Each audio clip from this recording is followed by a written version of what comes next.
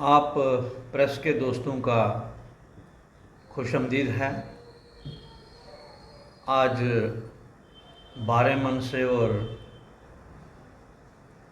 अफसोस जताते हुए ये कहना पड़ता है कि हमारे जम्मू प्रांत में डांगरी से लेके शिवखोड़ी से लेके आज कठुआ और दूसरी जगहों पे जो हालात इनसिक्योरिटी के बन गए हैं, जो इनसिक्योरिटी परवेल हो रही है, ये बड़ी चिंता का विषय है।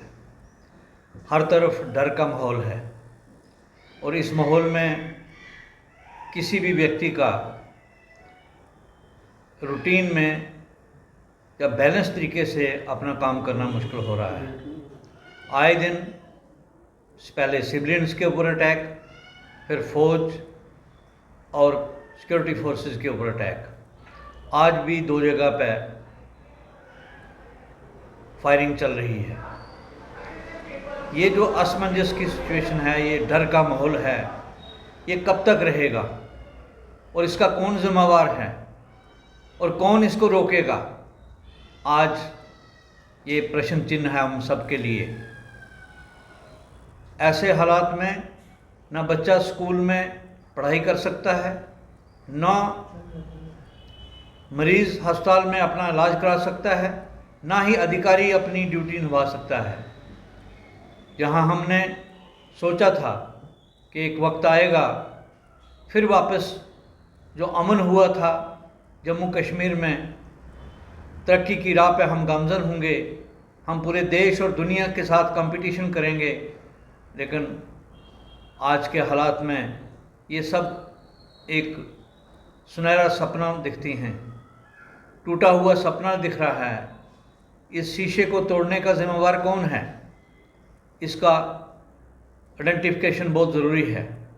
हर एक इवेंट जो हो रहा है, हर एक जो इंसिडेंट हो रहा है, चाहे वो मिलिटेंसी का हो, चाहे वो गाड़ियों के एक्सीडेंट का हो, हमारे लोग जहाँ बाक हो रहे हैं, लाशें हमारे घरों में जा रही हैं, ज़ख्मी हमारे कई अस्पतालों में घूम फिर रहे हैं, वहाँ इलाज मुआवजा हो रहा है कि नहीं हो रहा, किसी को कोई चिंता नहीं है।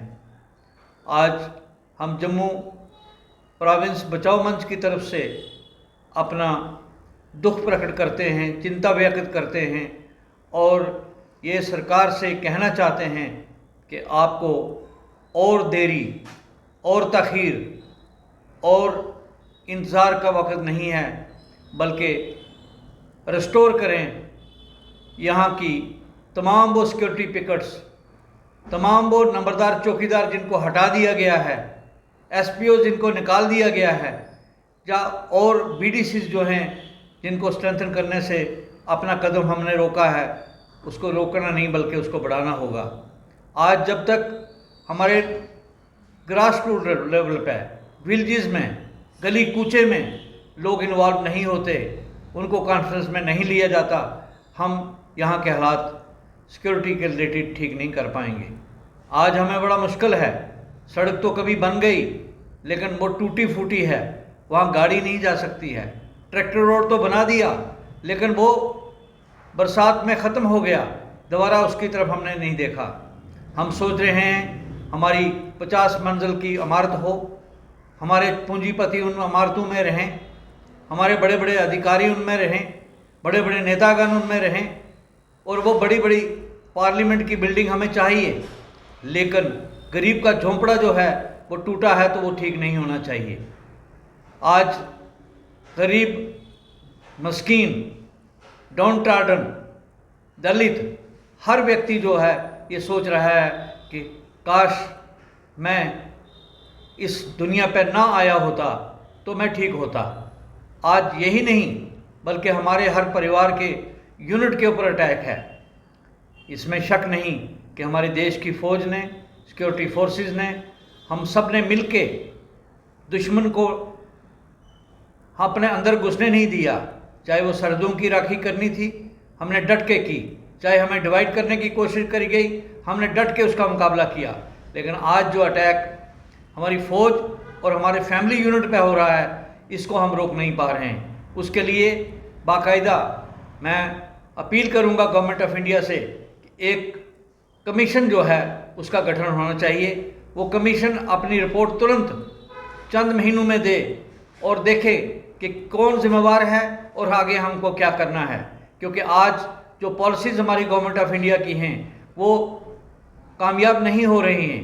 कोई नई पॉलिसी की ज़रूरत है और हम लोग डिमांड करते हैं कि मिलिटेंसी, करप्शन और ड्रग्स के ख़िलाफ़ ज़ीरो टॉलरेंस की पॉलिसी अपनानी होगी।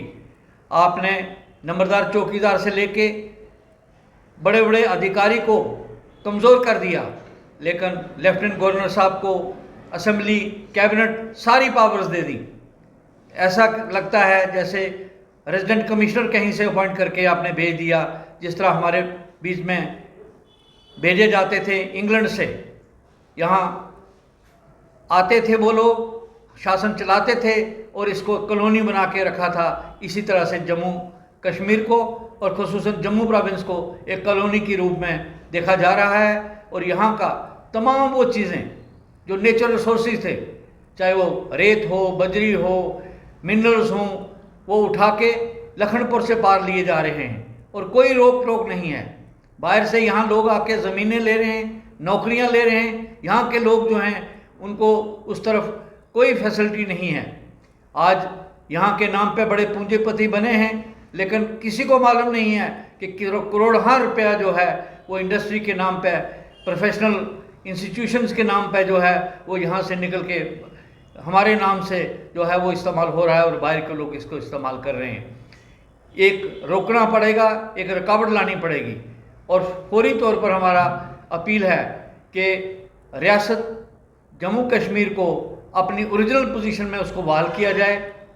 यहाँ के असेंबली के चुनाव सुप्रीम कोर्ट की हदायत के मुताबिक किए जाएं और यहाँ की सिक्योरिटी जो है उसको प्रोटेक्ट किया जाए। जो अभी अभी थोड़े चंद दिन पहले गवर्नमेंट ऑफ इंडिया की तरफ से, मिनिस्ट्री ऑफ होम की तरफ से जो पावर्स कैबिनेट और असेंबली से हटा के लेफ्टिनेंट गवर्नर को दिए गए हैं, उनको रोल बैक किया जाए। ये हमारी डिमांड है। हमारे चेयरमैन श्री अशोक शर्मा जी जो एक्स MLA है, उन्होंने विस्तार से सब कुछ बताया है, लेकिन कुछ बातें मैं इसके साथ जोड़ना चाहता हूँ कि हमारी स्टेट इतनी बड़ी स्टेट थी टॉपोग्राफिकली कि पूरे भारत में माना जाता था कि जम्मू कश्मीर स्टेट। दूसरी बात यह थी कि इसको डोगरा स्टेट कहा जाता था, डुग्गर प्रदेश कहा जाता था।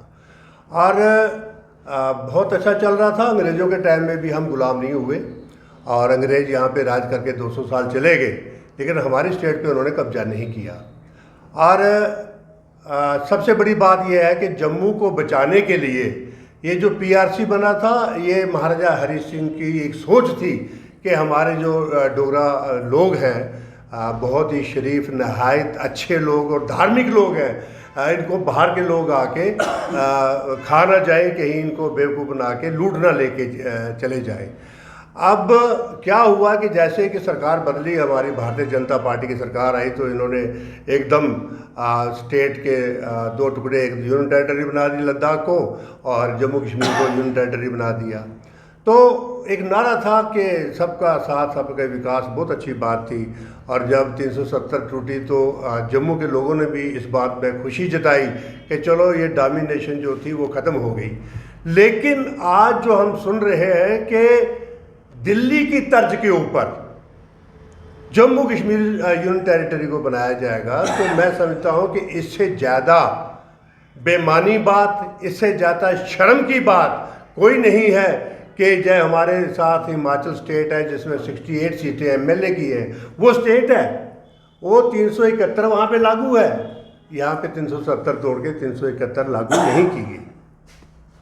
सबसे बड़ी बात जो अशोक शर्मा जी ने कहा है कि मैंने भी फौज में थोड़ी बहुत नौकरी की है, मैं जानता हूँ कि जब तक हमारा कम्युनिकेशन नहीं होगा, कम्युनिकेशन गाँव से लेकर राजधानी तक ही इसको बोलते हैं कम्युनिकेशन, हमारे चौकीदार, हमारे लंबरदार और ख़ासकर विलेज डिफेंस कमेटी जो होती थी, VDC जिसको बोलते हैं, वो इतनी सतर्क होती थी कि मिलिटेंट गांव में घुसने से पहले 100 बार सोचता था, चाहे उनके पास कितने आधुनिक वायरलेस हो या उनका नेटवर्क हो, लेकिन उनको ये पता रहता था कि बीडीसी वहाँ पे अलर्ट है।